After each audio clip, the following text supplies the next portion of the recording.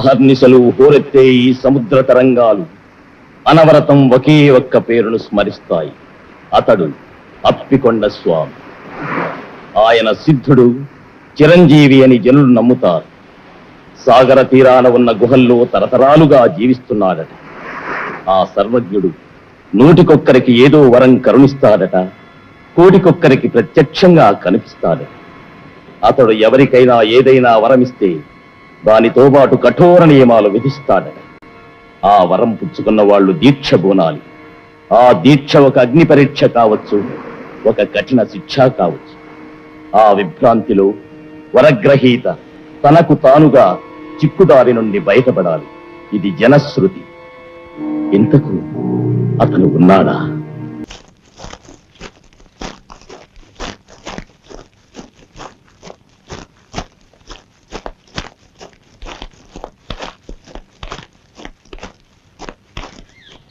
మళ్ళీ తిరిగి వస్తానేమో చూడు.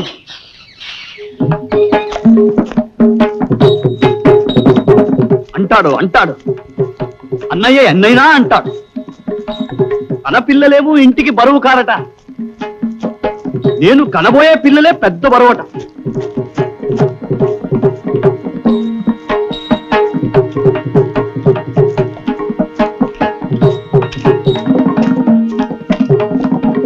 పౌరుషం లేని దద్దమలాగా ఈ పరశురామయ్య పడి ఉంటాడనుకున్నాడా? ఉత్త చేతులతో మళ్ళీ ఆ ఇంట్లో అడుగు పెట్టను.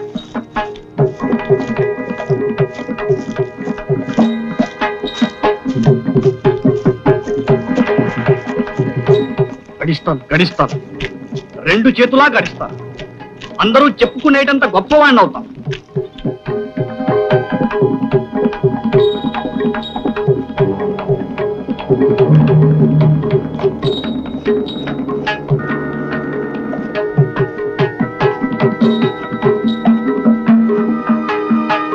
అందులాగా గుమస్తాగిరి చేసుకుంటూ కుక్కిన పేనులా గాది కింద పంది కుక్కులా బ్రతుకుతాననుకున్నాడా? మహారాజులా బ్రతుకుతాను, మహారాజులా. నేను ఆ పరశురామయ్య గారి అన్నగారినండి అని నా పేరు చెప్పుకోవలసిన రోజు వస్తుంది. అప్పుడే అమ్మ గుండెల మీద బరువు తగ్గుతుంది.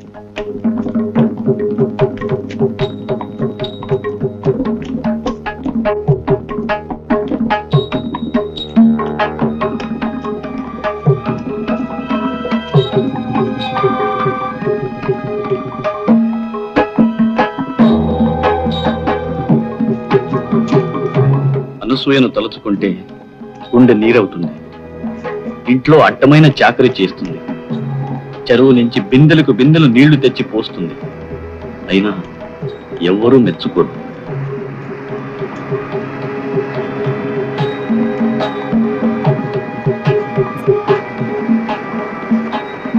రాత్రి అది మాగదిలో ఇలా అడుగు పెట్టగాని అన్నగారి బుసబుసలు, వదిని గారి రుసరుసలు. ఏం వాళ్లలాగా మేము ఆలుమగలమేగా. మేము కాపురం చేస్తే కళ్ళల్లో నిప్పులు పోసుకుంటాం.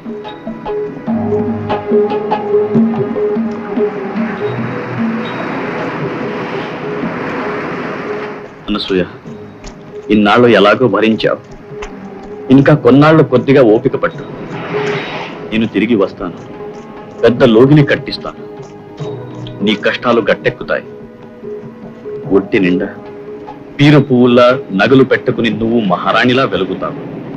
అమ్మా, నిన్ను నన్ను మన పిల్లల్ని చూసుకొని మురిసిపోతుంది. మనం హాయిగా హాయిగా కలకాలం ఉంటాం.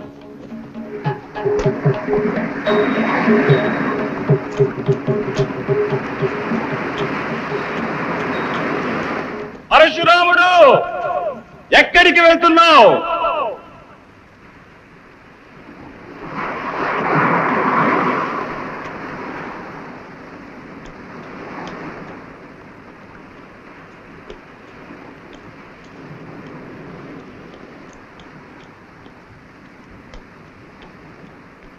ఇలా రా.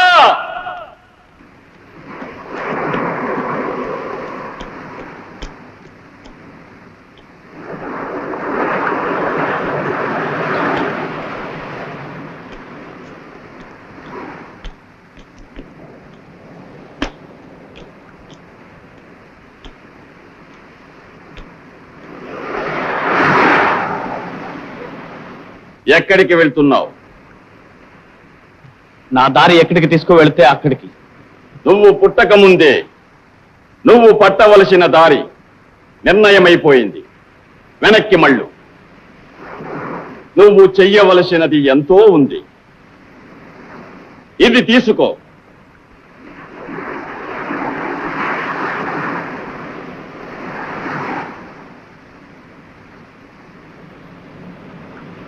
ఉన్నవన్నీ అందరికీ ఇవ్వగా ఇది ఒక్కటే మిగిలింది. చాలా జాగ్రత్తగా వాడు. సాన మీద 7 సార్లు అరగతీసి గంధం తీయాలి. ఆ గంధం నీళ్లలో కలిపి ఇవ్వవలసిన వాళ్లకు ఇవ్వాలి. ఇస్తే కడుపులో ఉన్న పిండం కరిగిపోతుంది, గర్భం విచ్ఛిన్నమైపోతుంది, పాపం తొలగిపోతుంది. కానీ హెచ్చరిక, నువ్వు బ్రహ్మచర్యం పాటించాలి. ఇది నా ఆదేశం. బ్రహ్మచర్యం పాటించకపోతే దీని శక్తి పోతుంది. జాగ్రత్త, జాగ్రత్త, జాగ్రత్త.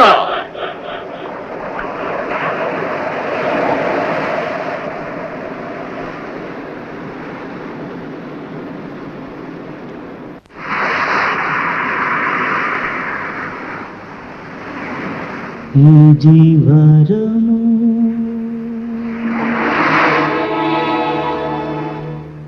ఇది శాపము, శాపము.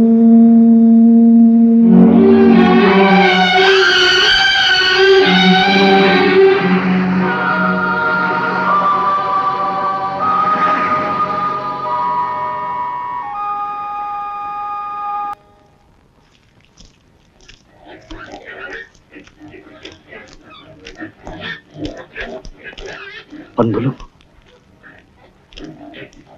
అపశకునం. ఏమిటి అపశకునాలు, శుభశకునాలు? ఎందుకు ఒకదాని తర్వాత ఒకటి కనపడుతున్నాయి? పాపం అనసూయ, ఇక దాని బతుకు మరీ బండబారిపోతుంది.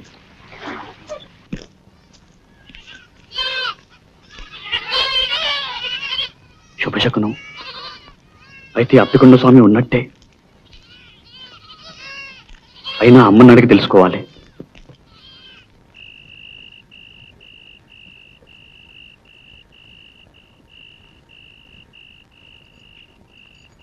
ఎక్కడికి పోయాడో పిచ్చి తండ్రి.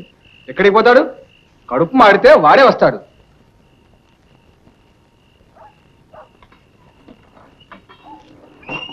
అడుగు, మాటలోనే వచ్చేసాడు. 100 ఏళ్ళ ఆయుష్.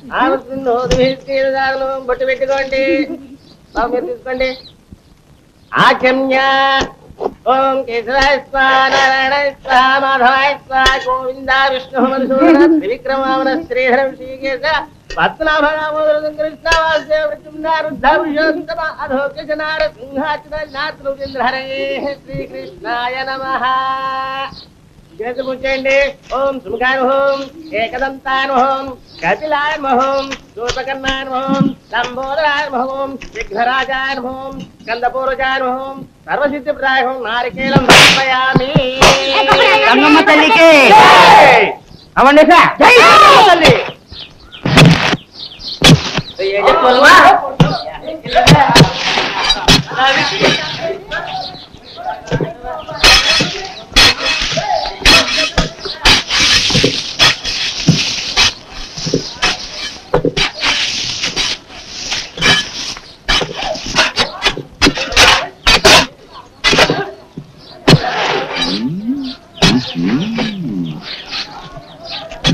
నమస్కారం మిస్టర్. ఒరే పరశురాముడు, ఇన్నాళ్ళు మన్ను తిన్న బాములో ఒక తోట పడి ఉండేవాడు. ఇప్పటికైనా ఒక మంచి పని చేస్తున్నావు. కానీ కానీ బాగున్నావా మాస్టర్? ఏమో సీతమ్మా, ఇన్నాళ్లకు నీ కొడుకు పగటకలను మానేసి ప్రయోజకుడవుతున్నాడు. అంతా నీ ఆశీర్వచనం రావణే మాస్టర్. వందే మాతరం, వందే మాతరం, వందే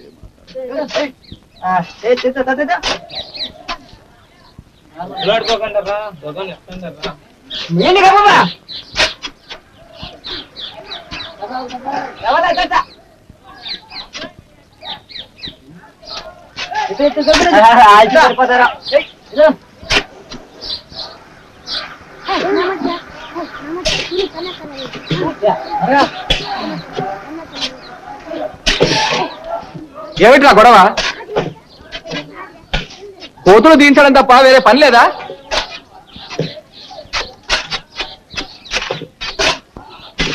కనండి కనండి. ఒళ్ళు వంచి పని చేయడం చేతగాక తాతలు దాచిన పాత తేరగా దొరుకుతుందనా గోతులు తవ్విస్తున్నావు?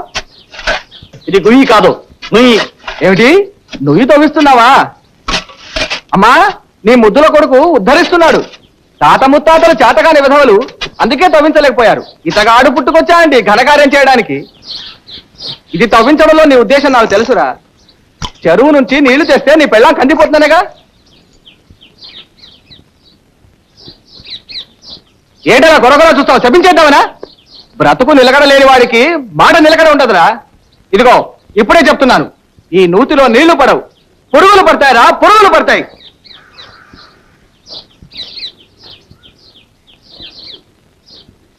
దిక్కులు చూస్తారేమిటి?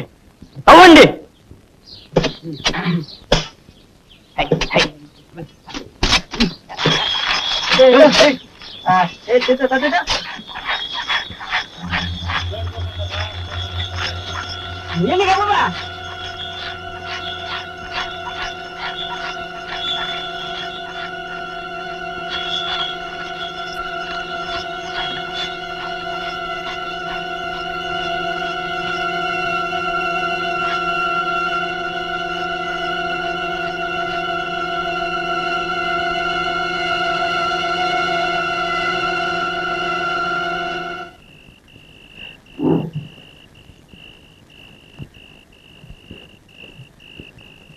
ఏమండి,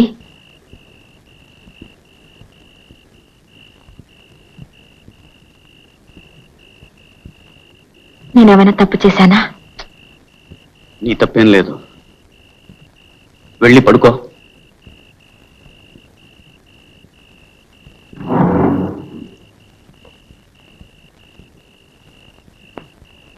అరుగు మీద ఎందుకు, మీరు కూడా వచ్చి లోపల పడుకోండి.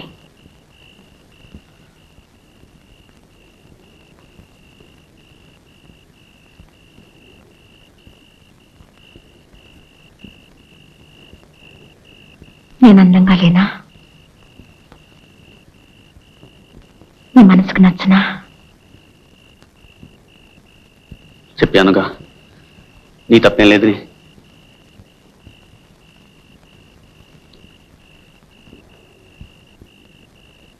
ఈ ఇంట్లో నా బ్రతుకు నవ్వుల పాలైంది. ఎంతకన్నా చావేనయ్యా. అనసూయ, చెప్పండి, ఎందుకు నాకు ఈ శిక్ష? నీకు శిక్ష కాదు, నాకు పరీక్ష. పరీక్ష? ఉమ్. ఎవరు పెట్టిన పరీక్ష?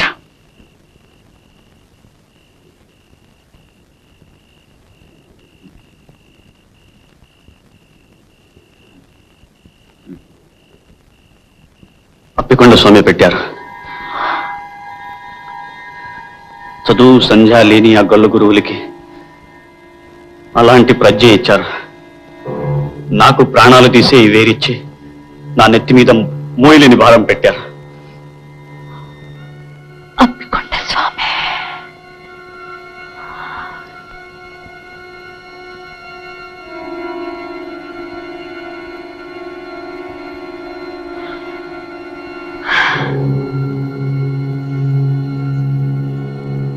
అనసూయ,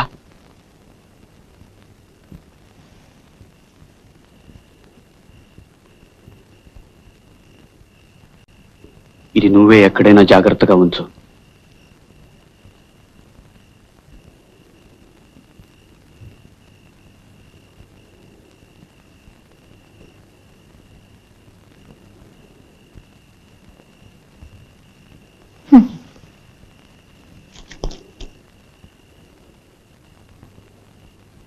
నూతిలో నీళ్లు పడకూడదు.